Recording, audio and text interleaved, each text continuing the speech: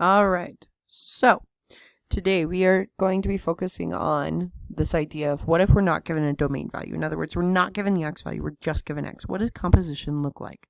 So I'm going to show you what happens when we need to simplify it, but I'm going to show you the computer accepts a slightly different answer as well. It accepts both, but it will accept this answer as well. So we've got f of g of x.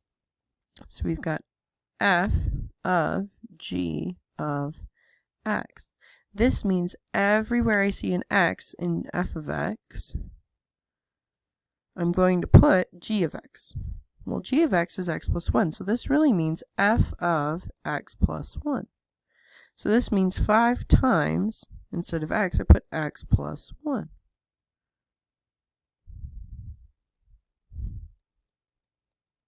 Okay, so now if I want to simplify this, so this is a perfectly acceptable answer. But if you want to simplify it, we could distribute the 5 and get 5x plus 5. So f of g of x meant that. So what if we flip it around? What if we do now, instead we do g of f. So we do g of f of x. So that means everywhere in my g function, I see an x, I'm going to put my f of x function. So if I plug in f of x into g of x, I end up with 5x plus 1. That's it. See how these are, in fact, different. Okay, let's practice some more. So here we're given a new f and g.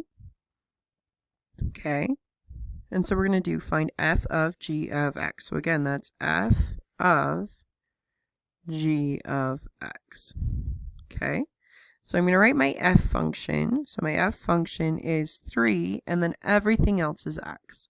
So for the x value, I'm going to replace it with x cubed plus 3.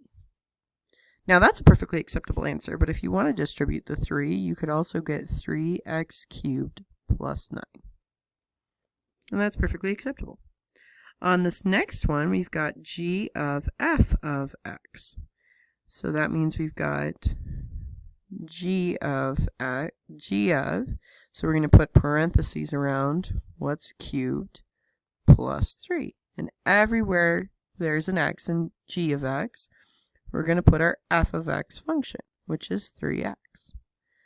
So I would actually leave that exactly how it looks.